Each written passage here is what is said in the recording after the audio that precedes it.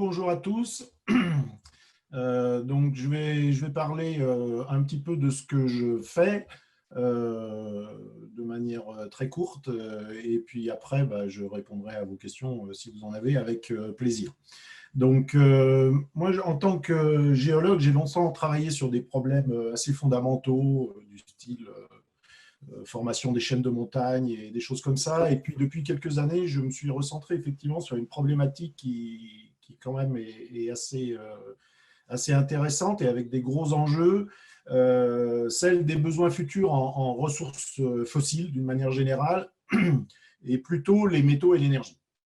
Alors, plus particulièrement là-dedans, je construis des modèles qui évaluent d'une part la consommation future de matières premières et d'énergie, mais également, j'essaye de mettre en regard à cette demande future les capacités de production pour éventuellement essayer d'identifier des points durs.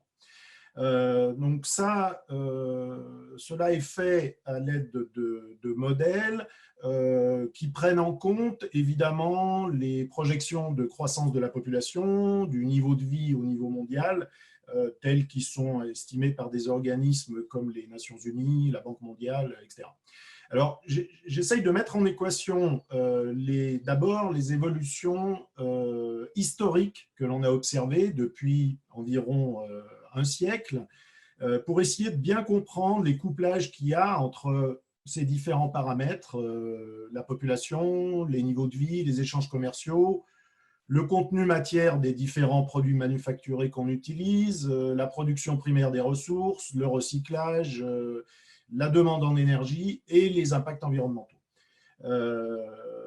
Alors, une fois le modèle calibré sur des données historiques de long terme, on essaye de l'utiliser évidemment pour faire des projections avec des contraintes supplémentaires qui peuvent être, par exemple, des scénarios de déploiement d'une nouvelle infrastructure de l'énergie, par exemple, pour rester en dessous pour limiter les émissions de gaz à effet de serre et rester sous les 2 degrés de réchauffement global.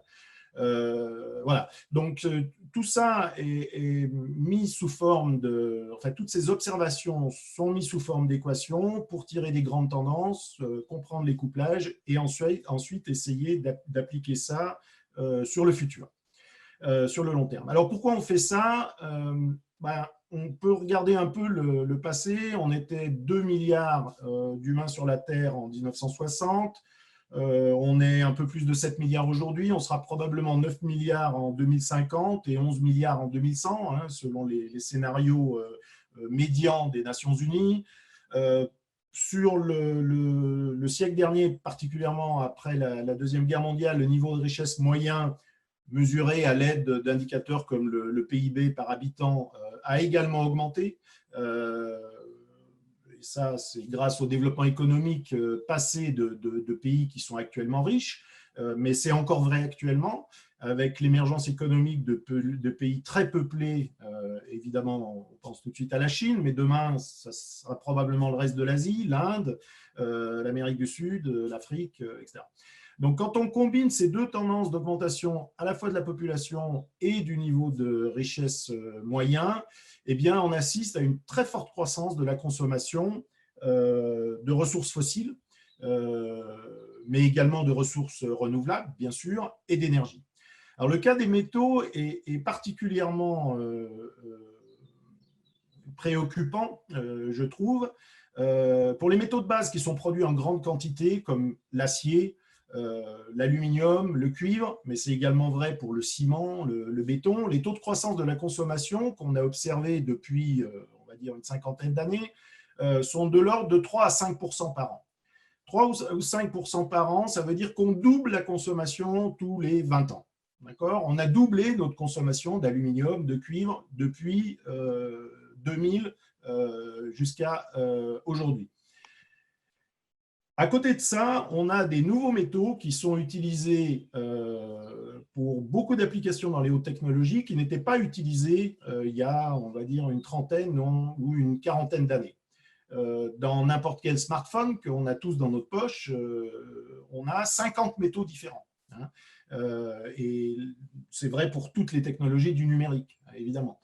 Donc là, les taux de croissance de ces petits métaux qui sont fabriqués en quantité bien moindre que les grands métaux dont j'ai parlé précédemment, hein, l'acier, l'aluminium, le cuivre, là on parle de petits métaux, les taux de croissance sont de l'ordre de 10% par an. Donc ça veut dire qu'on double les consommations non plus tous les 20 ans, mais tous les 10 ans, on va dire, okay, voire tous les 5 ans.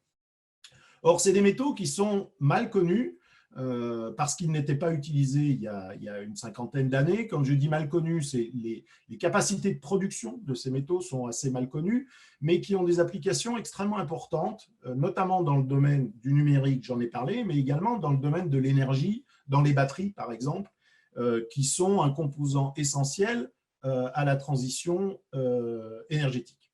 Ça veut dire quoi? Ça veut dire ces tendances. Ça veut dire que, pour fixer les idées, d'ici 2050, il faudra qu'on produise autant de métaux qu'on en a produit depuis l'aube de l'humanité.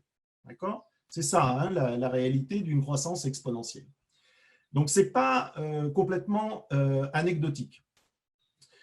Alors, pour répondre à cette demande, évidemment, on a une production primaire, c'est-à-dire la mine. Les ressources de très haute qualité, c'est-à-dire les gisements très concentrés, facilement accessibles dans des pays qui ne sont pas en guerre, ces ressources de haute qualité s'épuisent au cours du temps. Donc, pour répondre à la demande, on se tourne vers des ressources de moins bonne qualité. Extraire des métaux, mais c'est vrai pour toute ressource fossile, à partir de gisements de moins bonne qualité, ça nécessite d'augmenter l'énergie pour exploiter ces métaux, parce qu'on va aller vers des gisements qui sont plus dilués, plus difficilement accessibles, etc.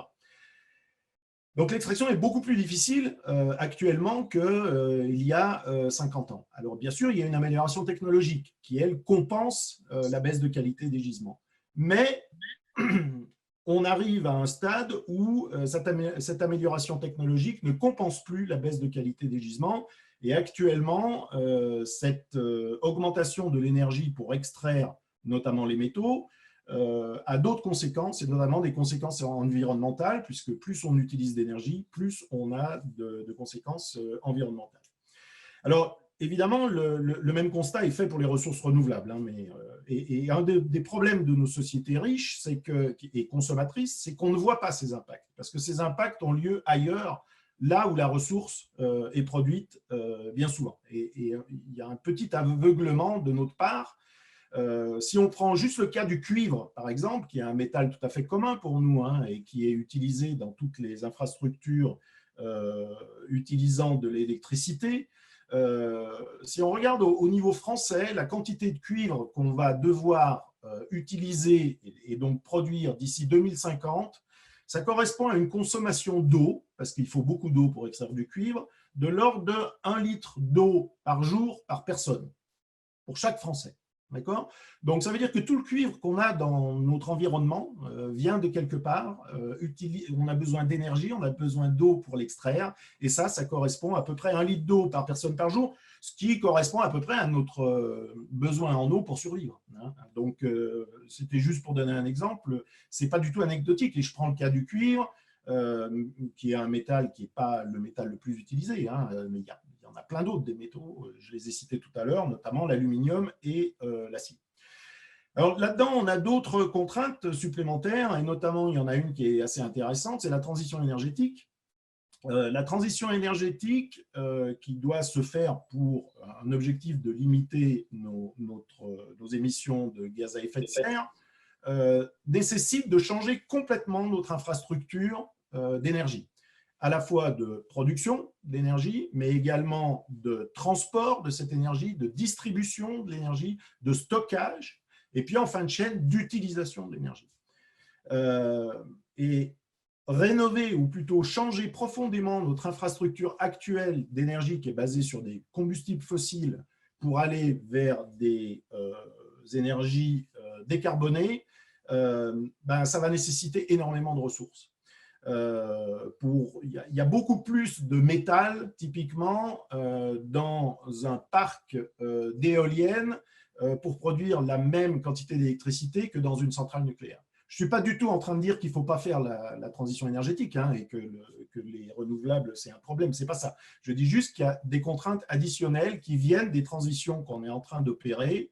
Et il y en a deux qui sont majeures, cette transition énergétique et la transition numérique. Donc, c'est important de bien identifier, à mon avis, les impacts de ces transitions qui ne se résument pas uniquement à l'émission de gaz à effet de serre. Et en ce sens, il est important d'éviter tous les discours dogmatiques sur les soi-disant meilleures technologies. En tout cas, il faut définir proprement ce qu'on entend par meilleur. Et toute activité humaine a un impact sur le court terme, le moyen terme et le long terme. Un impact différent, certes, pour des panneaux solaires que pour une centrale à gaz ou à charbon, mais un impact quand même. Et c'est ça, un des buts de mon travail, c'est d'essayer de quantifier tout ça, de produire des informations qui sont objectives, quantifiées, sur des projections à horizon 2050. Et puis ensuite, on identifie des points durs et on essaye de réfléchir à ce que veut dire une révolution technologique, à ce que veut dire le concept de croissance économique et de mondialisation. Alors, comment sera le monde en 2050? Moi, honnêtement, je ne sais pas, évidemment, mais il me semble qu'il est certain qu'il sera différent du monde d'aujourd'hui et qu'il faut le préparer. Donc, pour la partie ressources, nos résultats, les résultats de nos modèles, ce n'est pas un scoop. Hein. C'est qu'une croissance économique mondiale, comme on la vit depuis un siècle, ne peut pas durer indéfiniment pour différentes raisons. Et une des raisons principales, évidemment, c'est que notre planète est de dimension finie. Donc, non seulement on consomme actuellement trop de ressources et surtout trop vite, à un rythme trop soutenu, mais on produit également trop de déchets. Alors, la croissance éternelle, cela dit, n'est pas nécessaire. Si on regarde l'évolution de la consommation des pays actuellement riches au cours du temps, on s'aperçoit qu'on a une phase de croissance de la consommation très forte durant l'émergence économique. Et puis, quand on atteint un certain niveau de richesse, qui est de l'ordre de 15-20 000 $ de PIB par habitant, eh bien, on a une stagnation. On atteint un niveau de saturation. Ce niveau de saturation, il se comprend parce qu'on ne peut pas téléphoner avec 40 téléphones en même temps, on ne peut pas conduire 18 voitures en même temps. Donc, il y a un moment donné où la croissance de consommation s'amortit et on commence à se stabiliser, à presque atteindre un plateau. C'est-à-dire que notre consommation correspond non plus à un développement économique, mais au renouvellement de ce qui existe déjà. Okay ? Donc ça, c'est plutôt quelque chose qui est une vision encourageante, parce que si le développement économique moyen au niveau mondial se poursuit comme il se poursuit actuellement, donc se poursuit dans le futur comme actuellement, on peut espérer que ce seuil des 15-20 000 $ de PIB par habitant sera atteint au niveau du siècle, au niveau mondial. Okay ? À partir de ce moment-là, quand le seuil de saturation est atteint, il se passe deux choses. La première chose, c'est que pour les métaux en particulier, le recyclage peut devenir la première source de matières premières si les filières technologiques sont prêtes. Pourquoi? Parce que dans un monde en croissance, ce que l'on peut recycler, les métaux qu'on peut recycler, ont été produits environ 30 ans avant, pour faire simple. Il y a 30 ans, on produisait beaucoup moins de métaux qu'on en produit actuellement. Donc, le stock de matière qu'on peut recycler en période de croissance est toujours plus faible que la demande à l'instant T. Quand on arrive au seuil de saturation, quand on a une stabilisation, c'est plus vrai. À ce moment-là, le recyclage peut devenir une source très importante de métaux. Alors, si on regarde ce qui se passe dans les pays riches, on s'aperçoit qu'en fait, le recyclage est plus important qu'au niveau mondial en moyenne, mais il reste quand même pas si énorme que ça. Et là, on attaque un problème économique. C'est-à-dire que pendant longtemps, il a été plus intéressant d'exporter nos poubelles, nos déchets électroniques, etc., plutôt que de les recycler sur place pour des raisons de coût. La deuxième chose qui se passe quand on atteint le seuil de saturation, c'est que les marchés classiques deviennent saturés. On est dans le renouvellement, on n'est plus dans une explosion. Et il faut inventer un nouveau mode de fonctionnement économique. S'il n'y a plus de grosses différences de niveau de vie entre des pays qu'on peut arroser et des pays riches. Donc, si tout le monde devient riche, là, il faut inventer un nouveau système économique. C'est complètement différent du système qui existe actuellement. Alors, à mon avis, il y a 3 grandes voies possibles dans cette évolution telle que je la décris. La première, c'est une décroissance forcée par crise économique, sociale, climatique, sanitaire, guerre, voire tout ensemble. Ça, c'est la vision qui est à la mode actuellement, le collapse. Et ce n'est pas une chose complètement anecdotique, parce qu'on a plein d'exemples au cours de l'histoire de collapse de civilisation. Il y a une quarantaine d'exemples dans le passé, depuis l'Antiquité. La deuxième voie possible, c'est une croissance raisonnée, qui passe évidemment par l'anticipation. Les plus riches régulent leur consommation pendant que les moins riches, voire les plus pauvres, augmentent la leur pour atteindre des niveaux de vie décents. Bon, ça passe naturellement par une révision profonde de nos modèles économiques actuels et de nos principes de mondialisation, ce qui semble très difficile à réaliser spontanément, à mon avis. Mais d'une manière ou d'une autre, je crois que les pays riches devront inévitablement accepter l'idée que la croissance ne peut pas être éternelle, que les pays les moins riches vont émerger obligatoirement, et on ne pourra pas leur interdire, bien évidemment, de faire ça, avec des émergences économiques qui peuvent être fulgurantes, comme celle de la Chine. Et ça me semble aussi inévitable. Alors, dans le passé, les pays riches ont contrôlé un peu les pays pauvres et ont bénéficié d'un approvisionnement, notamment en ressources faciles. Ça changera. Tous les pays se libèrent de ce tutorat, on va dire, voire colonisation, dès qu'ils atteignent un niveau de développement suffisant.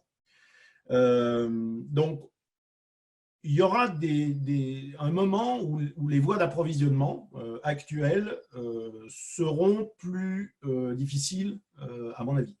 Et à terme, si on veut garder un niveau de PIB par habitant constant au niveau mondial, et donc éviter de brûler toute la planète, eh bien, on ne peut pas demander aux plus pauvres de faire un effort. Ça sera toujours les plus riches qui feront un effort, et donc c'est aller vers moins d'inégalités finalement. Et c'est complètement différent de ce qu'on a, des concepts économiques qu'on a eus dans le passé, évidemment, et notamment depuis les années 80.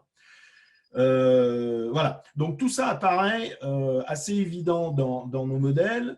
Un dernier point, c'est sur la mondialisation. Évidemment, on bénéficie actuellement de ressources, typiquement en France, mais en Europe, d'une manière générale. L'Europe consomme 25% de la production mondiale des métaux et n'en produit localement que 3%. Donc, évidemment, on est complètement dépendant des importations. On est dépendant des importations d'énergie aussi. Et ça, c'est un facteur de risque énorme, cette dépendance aux importations. Et on le voit très bien actuellement, avec la crise sanitaire actuelle, où un virus, somme toute, très bénin, nous pose des problèmes terribles parce qu'on n'était pas du tout préparé en termes d'infrastructure à cette affaire-là. Voilà, donc des risques qui sont très importants. Voilà. Et puis il y a une troisième voie que je voudrais mentionner parce que moi elle m'intéresse particulièrement, que je vois, mais qui est plus du domaine de la science-fiction. Ça serait de casser les limites finies du système Terre et d'aller chercher nos ressources à l'extérieur du système Terre. Alors c'est de la science-fiction, oui et non. La transition vers des énergies renouvelables, c'est exactement ça. La transition vers des énergies renouvelables, c'est on n'utilise plus les stocks d'énergie qu'on a sur Terre, mais on va utiliser des flux d'énergie qui viennent en dehors, et notamment du soleil. Toutes les énergies renouvelables sont basées sur le rayonnement solaire. Ça ne suffit pas. Il faut aller plus loin et on peut imaginer aller plus loin. Il y a des gens qui réfléchissent très sérieusement à aller chercher des ressources sur des astéroïdes. Et si on arrive à faire ça, et en plus qu'on arrive à expulser nos déchets, bah là, on aura brisé les limites de notre monde fini et on pourra vivre comme un organite qui utilise des nutriments venus de l'extérieur et qui expulse ces déchets. Alors évidemment, on en est loin hein, de tout ça, mais c'est une des raisons, à mon avis, pour lesquelles il faut croire quand même en la technologie. Et je ne prône pas personnellement la décroissance. Moi, je voudrais aller vers un autre paradigme, et notamment la voie ultime donc, qui serait de briser notre limite d'un système fini, pas pour amasser de la richesse, mais pour se libérer de contraintes. Voilà, c'est tout ce que j'ai à dire pour le moment. Donc le monde, à mon avis, je ne sais pas comment il sera, mais clairement, en 2050, il sera sûrement très différent du monde actuel, ou alors il ne se sera pas. Merci beaucoup, Olivier. Alors, on va prendre vos questions. Je vous invite à les écrire dans le chat, dans la fenêtre conversée. Avant, je vais juste te poser une première question. Il y a une dimension de la dimension en fait, de la diminution de la consommation d'énergie. Est-ce que c'est quelque chose auquel on peut arriver, qu'on peut envisager, et si oui, par quels moyens? Mettons prenons l'exemple de la France, par exemple. Alors, si on regarde le cas français, on voit qu'on a une stabilisation de la consommation d'énergie au niveau français, voire une diminution depuis une quinzaine ou une vingtaine d'années. Ça passe par une amélioration de l'efficacité énergétique. Le fait d'isoler les bâtiments, le fait de produire des voitures qui consomment moins au kilomètre, vont dans le bon sens. Elles vont dans le sens d'une réduction de la consommation d'énergie si les habitudes de consommation ne changent pas. Le risque, c'est qu'en en améliorant l'efficacité énergétique, on a un effet rebond. Ma voiture, elle consomme plus qu'1 litre au 100, ben, je vais l'utiliser plus que si elle consommait 10 litres au 100. Voilà. Donc il faut garder des habitudes, enfin il faut avoir des habitudes de sobriété qui ne sont pas forcément contraignantes hein, d'ailleurs, améliorer l'efficacité énergétique, ça c'est une première façon de baisser la consommation d'énergie. La deuxième façon, c'est de limiter notre consommation. Et évidemment, d'éviter pour l'énergie toutes les utilisations gadgets, voire d'éviter des développements technologiques qui n'ont pas prouvé une valeur ajoutée, mais qui, eux, consomment énormément de ressources. Et là, je pense à la 5G, par exemple. Moi, je n'ai jamais vu de démonstration dans la rue avec des gens avec des pancartes disant « on veut la 5G ». Donc, quelle est l'idée qu'il y a derrière une implémentation de la 5G en masse qui va elle-même créer des nouveaux besoins, la voiture autonome, etc., qui va demander énormément de capteurs, de temps de calcul, etc. Voilà. Donc, tout ça, c'est des réflexions à avoir en amont, assez tôt, et pour être capable d'évaluer ce qui est purement du business et ce qui apporte un réel bénéfice à la société. Et c'est comme ça qu'on peut réduire nos consommations d'énergie. Alors, merci. Alors, il y a plein de questions dans le chat. Je vais commencer par la première, tout simplement. Quelle proportion de produits manufacturés pourrait-on assurer via un approvisionnement par recyclage de métaux à l'échelle nationale? Oui, alors ça dépend beaucoup de quel produit on parle. Si on parle d'une voiture, par exemple, il y a des réglementations actuellement sur les taux de recyclage minimum des voitures et qui vont se renforcer hein, au niveau européen, qui obligent, je dis ça de tête, il faut vérifier, mais qui obligent à un recyclage d'environ 80% du véhicule. Bon. Dans ce 80% du véhicule, on va recycler principalement l'acier, l'aluminium, le cuivre, probablement. Par contre, on ne va pas recycler tous les petits métaux qui interviennent dans les composants électroniques. Dans tous les aimants permanents qu'on a dans les voitures qui alimentent les moteurs électriques pour lever les vitres, baisser les vitres, bouger les sièges, dans tous les appareils électroniques maintenant qui envahissent les véhicules. Donc voilà, donc ça dépend de quel objet on parle et ça dépend de quels métaux on parle de recyclage. Tous les grands métaux qui sont facilement accessibles, qui ne sont pas trop alliés, peuvent être recyclés. Les petits métaux, c'est beaucoup plus difficile parce qu'ils apparaissent en alliage et donc il est extrêmement difficile de les récupérer.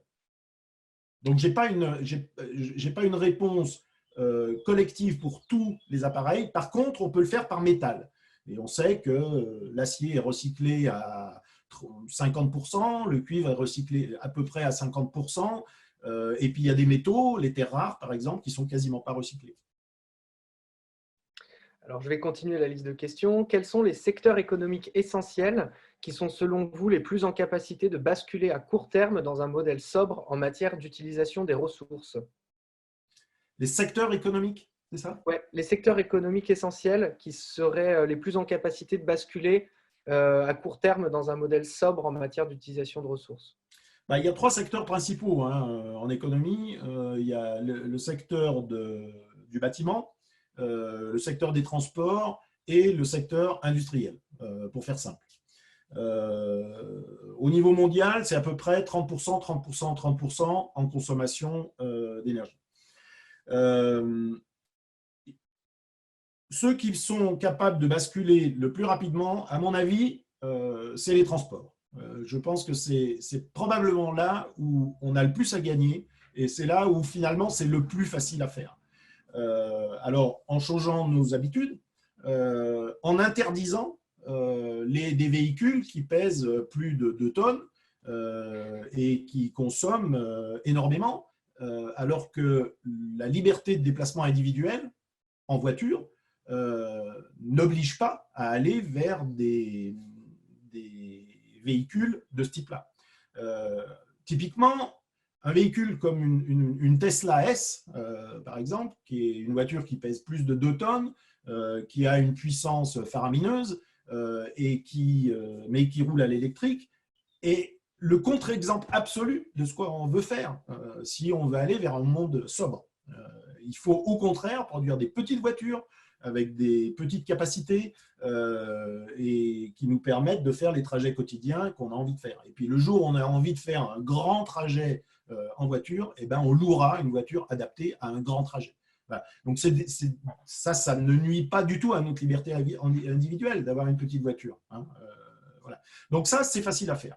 On s'aperçoit également que le taux d'utilisation d'une voiture, ou plutôt le nombre de voitures par habitant dans les pays riches, et notamment en Europe, dépend et fonction au premier ordre, et une fonction du développement du transport ferroviaire.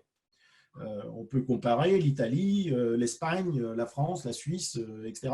Et on voit qu'il y a une relation directe entre les deux. Donc développer du transport ferroviaire permet de diminuer la voiture. On ne passe pas à zéro, il est bien évident, mais quand même, ça va dans le bon sens. Voilà, donc à mon avis, le plus facile, c'est le transport. Ensuite, on a le bâtiment. Donc isolation des bâtiments, etc. Et ça, c'est beaucoup plus difficile à faire. Beaucoup, beaucoup plus difficile à faire. Parce que les budgets ne sont pas les mêmes aussi au niveau des familles qui habitent. Mais voilà. Après, le secteur industriel, il a beaucoup diminué déjà. L'énergie utilisée par le secteur industriel en France a énormément diminué depuis les années 70. Et une des causes majeures, c'est la désindustrialisation et le fait qu'on fait fabriquer ailleurs. Alors, merci. Si je n'ai pas répondu à la question, il faut la reposer. Non, non, mais c'est bon, j'ai l'impression, je pense que d'ailleurs, la personne qui a posé la question dit que c'est bon. Alors, les 2 questions d'après, je vais les poser ensemble parce qu'elles sont un petit peu liées. Alors, il y a une question sur comment estimer les ressources des fonds marins en particulier.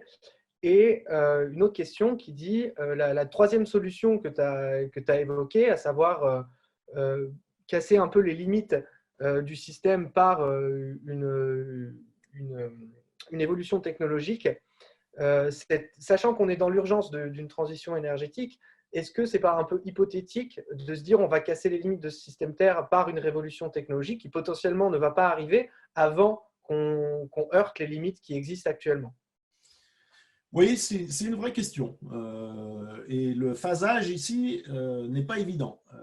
Après, je ne suis pas sûr qu'il faille mettre des priorités parce que là, c'est du domaine de la recherche, évidemment. amélioration technologique, mais aussi recherche tous azimuts. Moi, je ne suis pas sûr que la recherche doive être dépendante des résultats qu'on estime être possibles. Toutes les grandes découvertes ont été faites par hasard et l'investissement qu'on fait dans toute recherche, de toute façon, aura des retombées. Donc, je ne suis pas sûr qu'il faille phaser et dire on fait plutôt de la recherche comme ça que de la recherche comme ça. Tout est complémentaire dans ces affaires-là. Donc non, moi je ne crois pas que ça soit d'une priorité inférieure aux priorités immédiates qui seraient de passer au renouvelable, par exemple, tous azimuts. Je ne pense pas. Ce n'est pas les mêmes horizons de temps, de la même façon que la recherche sur la fusion nucléaire, ITER, n'est pas remis en question par la nécessité de décarboner notre infrastructure de production d'énergie actuellement. Donc non, je ne mets pas de hiérarchie là-dedans. Ce n'est pas les mêmes gens qui travaillent, pas avec les mêmes outils, pas du tout avec les mêmes durées de temps. Voilà. Et du coup, je me permets de reposer la question de comment estimer les ressources des fonds marins. Et une question peut-être un peu complémentaire par rapport à la deuxième. Est-ce que tu vois une limite parmi les limites que tu peux imaginer qui serait technologiquement parmi les plus atteignables à court terme? Alors pour les fonds marins, il y a plein de choses qui sont sorties là. On va dire, ces 10 dernières années, que ce soit les Japonais sur les terres rares, mais il y en a d'autres, les nodules polymétalliques, il y a plein de choses.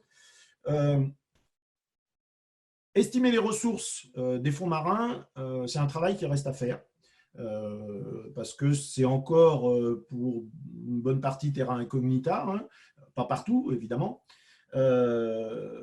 Les fonds marins, il y en a plein. On démarre du plateau continental et puis on va descendre dans les grands fonds. Dans les grands fonds, on va dire à 1500 ou 3000 mètres d'eau, je ne suis pas sûr que ça soit intéressant vraiment d'aller chercher des ressources là.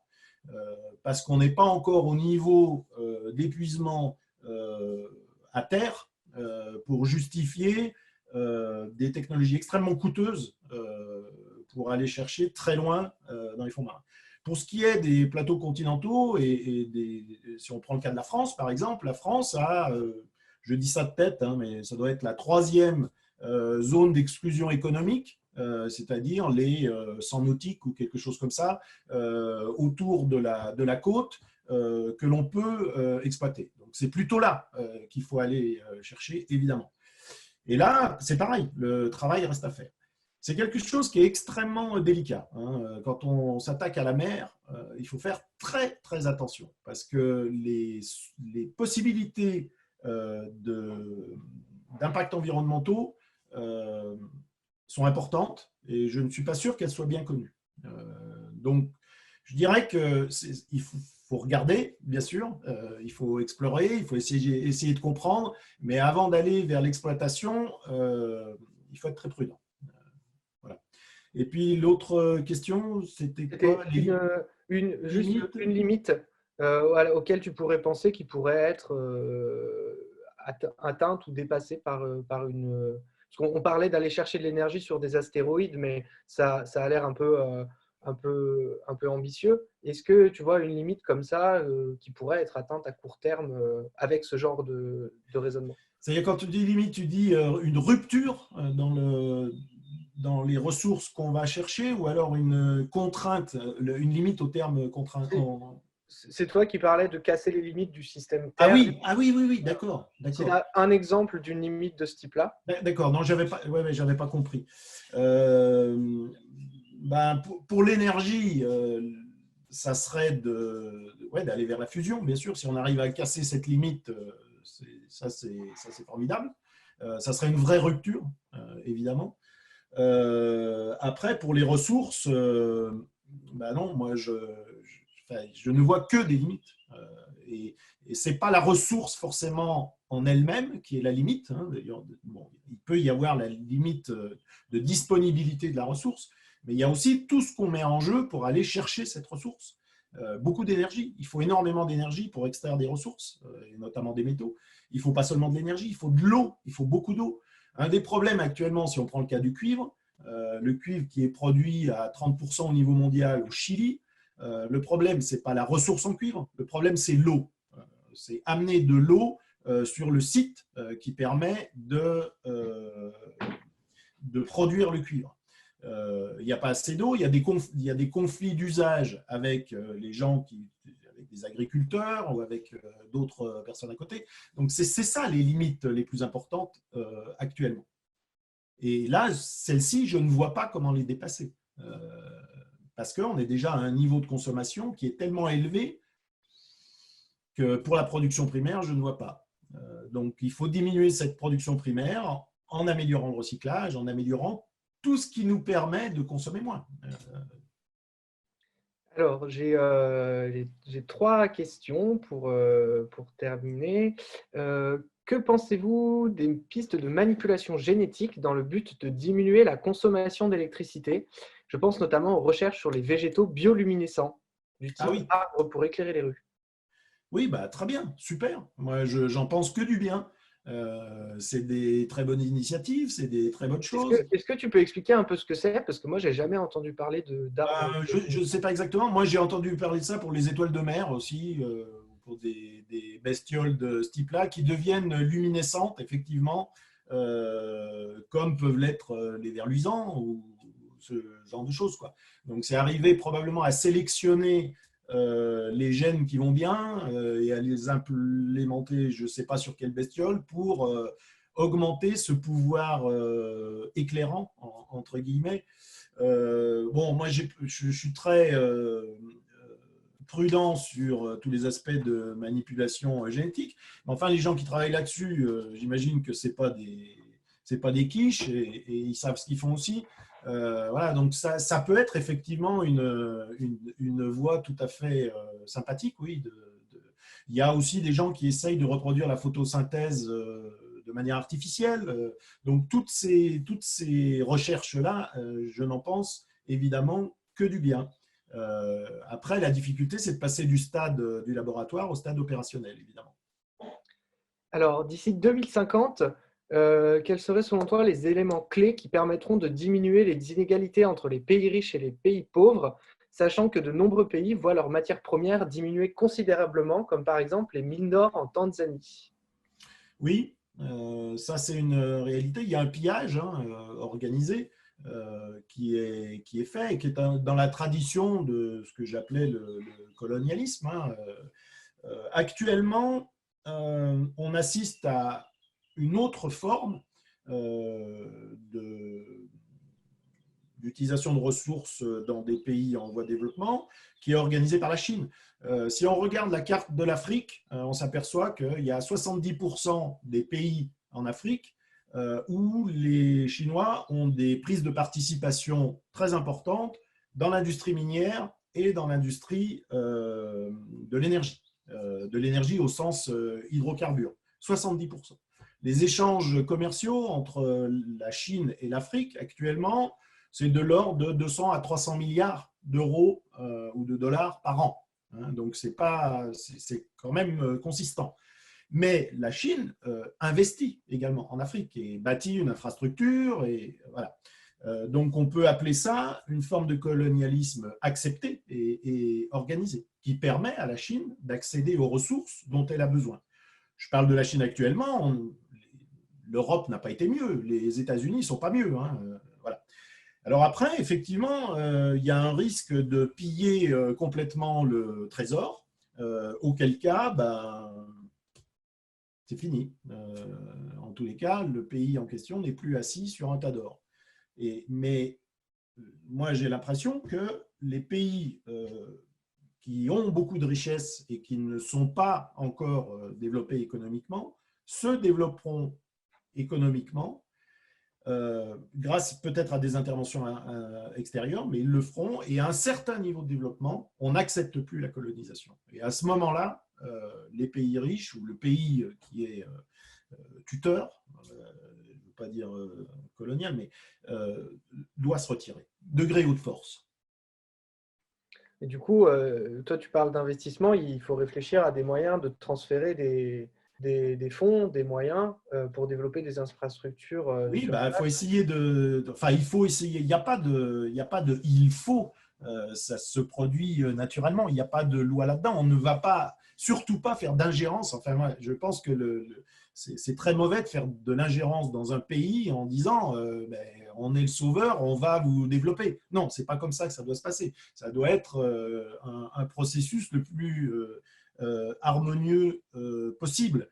Donc, s'il y a une demande d'un pays qui a des difficultés structurelles et des difficultés d'organiser un développement, et qu'un pays plus développé est capable de l'aider, ben, il faut qu'il aille l'aider. Et il peut y avoir un échange de bons procédés. Un échange de bons procédés, ça veut dire j'amène du savoir, j'amène éventuellement des capitaux et je récupère des ressources que je n'ai pas en retour. Mais ça, c'est de l'échange, ça. Donc ça va très bien. Et ça peut se faire. Hein. Ce n'est pas forcément du pillage. Ce n'était pas ça la question. Si. Si, si, tu as très bien répondu à ce que je voulais dire. Alors, j'ai une petite question. Je vais juste la rajouter avant de te poser la dernière question. Est-ce que tu peux évoquer le sujet du lithium? Alors, pour rappel, alors tu me dis si je dis une bêtise, mais il me semble que le lithium, c'est un composant essentiel des batteries. Et quand on parle d'électrification, par exemple de voitures électriques ou de choses comme ça, ça fait partie en fait des métaux clés pour le siècle à venir. Oui, alors dans une batterie lithium-ion actuelle, il y a effectivement du lithium dans l'électrolyte. Pas beaucoup. Ce n'est pas énorme, mais il y en a. Et puis, il y a des métaux dans les électrodes, notamment du cobalt, du manganèse, voire du graphite, qui sont, à mon avis, le cobalt est plus préoccupant que le lithium. On n'a pas des réserves infinies, mais il y a des réserves de lithium qui sont quand même assez importantes, notamment dans les salars en Amérique du Sud, hein, dans les hauts plateaux, dans le triangle d'or. Là.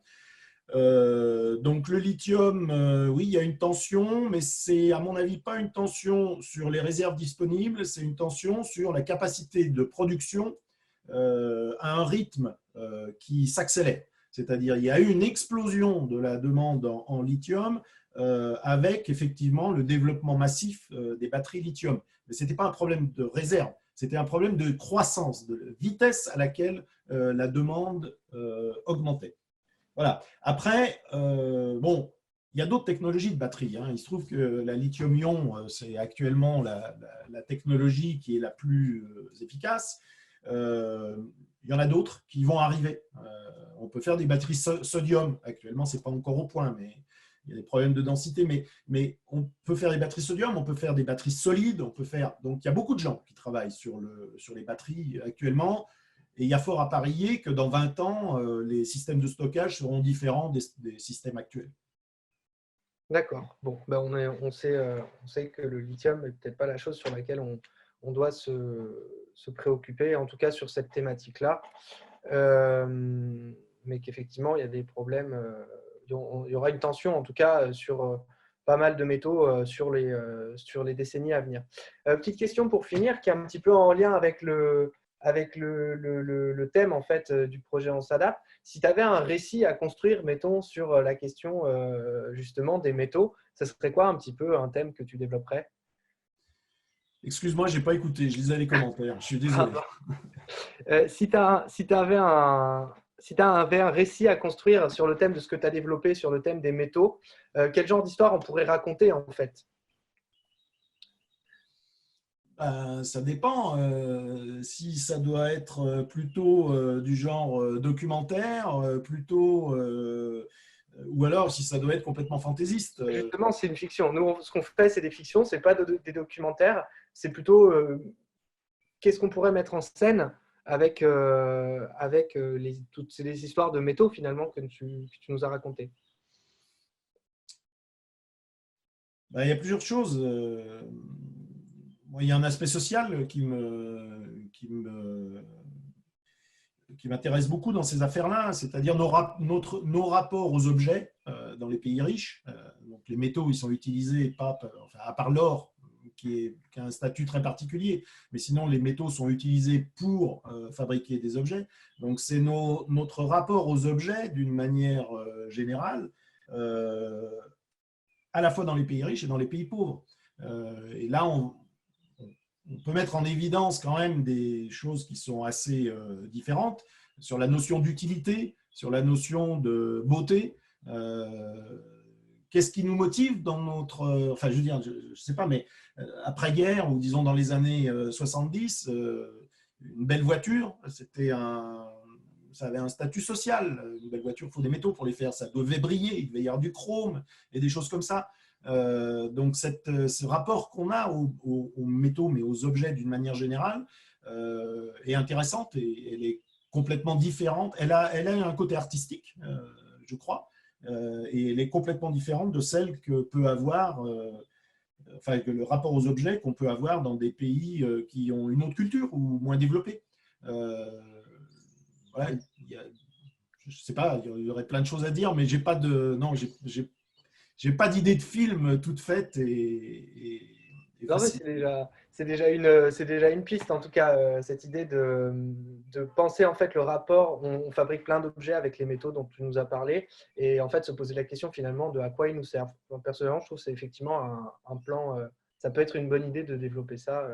Oui, et puis notre rapport aux objets, ça passe aussi. Enfin, je peux prendre un autre exemple, c'est l'exemple des téléphones portables. On a beaucoup de mal à recycler les téléphones portables, bon, d'un point de vue technologique, mais on a également beaucoup de mal à les récupérer. Et pourquoi? Parce qu'on a tous dans nos tiroirs un ou deux téléphones portables qui traînent, qu'on n'utilise plus, qu'on n'utilisera plus jamais, mais dont on a du mal à se séparer parce que, je ne sais pas, on a mis de l'affectif là-dedans, quoi. Ça représente quelque chose, ça représente, je sais pas, une période de vie ou j'en sais rien, et on les garde, ces putains de téléphones portables. Ce qui est complètement débile, mais comme on le fait tous, il y a une raison derrière. Donc, c'est intéressant, je trouve, de regarder les objets de cette manière-là. En effet, en effet. Bon, bah écoute. Alors, je voudrais juste répondre, Ouais. ouais, c'était ça que je disais de Damien qui parlait du lithium et du cours du lithium qui a chuté dû à une disponibilité trop importante. Alors, je suis d'accord. Moi, je regarde l'évolution des prix et on essaye de faire des modèles qui nous donnent une vision sur le long terme d'évolution des prix. Et quand on fait ça, on s'aperçoit que le prix de n'importe quel objet, c'est l'énergie qu'il a fallu pour le construire. Vous pouvez prendre le prix d'une maison, vous pouvez prendre le prix d'une raquette de ping-pong, vous pouvez prendre le prix d'un ordinateur ou d'un sous-marin nucléaire. Prenez ce prix et vous le divisez par la quantité d'énergie qu'il a fallu pour construire l'objet et vous avez un rapport qui est quasiment constant, tout le temps. Donc le prix, c'est de l'énergie. Ça, c'est vrai sur le long terme.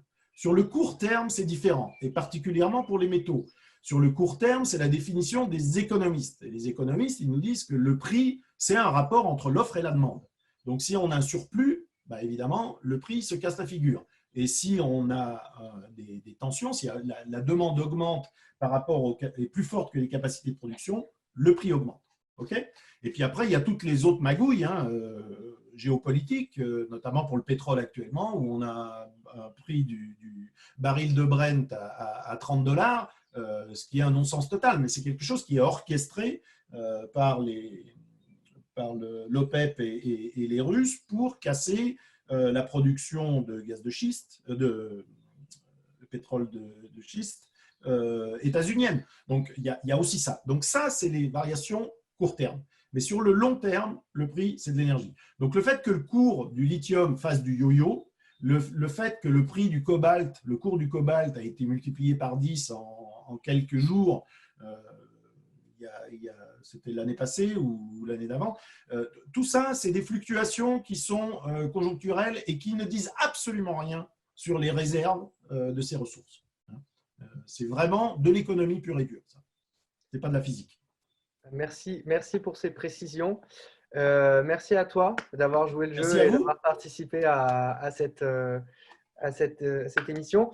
Merci à Aubance, merci à vous d'être venus. Et je voudrais adresser aussi un merci un peu spécial à Sébastien Bution et à Pascal Carrel qui sont les deux responsables communication de la délégation CNRS Rhône et de Rhône-Auvergne et de la délégation CNRS Alpes, qui nous aident en fait à prendre contact avec les scientifiques et à permettre en fait de mettre en place tout ça. Et à la base, ils nous aidaient à essayer de mettre en place les conférences, la conférence à la Cinéfabrique, qu'on espère pouvoir faire quand même malgré tout au mois de mai, en espérant que d'ici là, la situation se sera améliorée. Rendez-vous vendredi à 18h30. On va recevoir Loïc Blondiot, qui est politologue, qui est également à la Convention citoyenne pour le climat, qui va nous parler sur les modalités démocratiques de la transition. Donc venez, ça va être super intéressant. Et on recevra aussi mercredi à 18h30 Delphine Ivrier, qui est doctorante à Saint-Étienne, à l'Université Jean Monnet à Saint-Étienne, qui nous parlera des représentations de la nature et des imaginaires en architecture. Voilà, donc pour rappel, le site onsadap.fr, n'hésitez pas à la page Facebook, le compte Twitter pour suivre tout ça. Merci beaucoup et puis à très bientôt. Au revoir.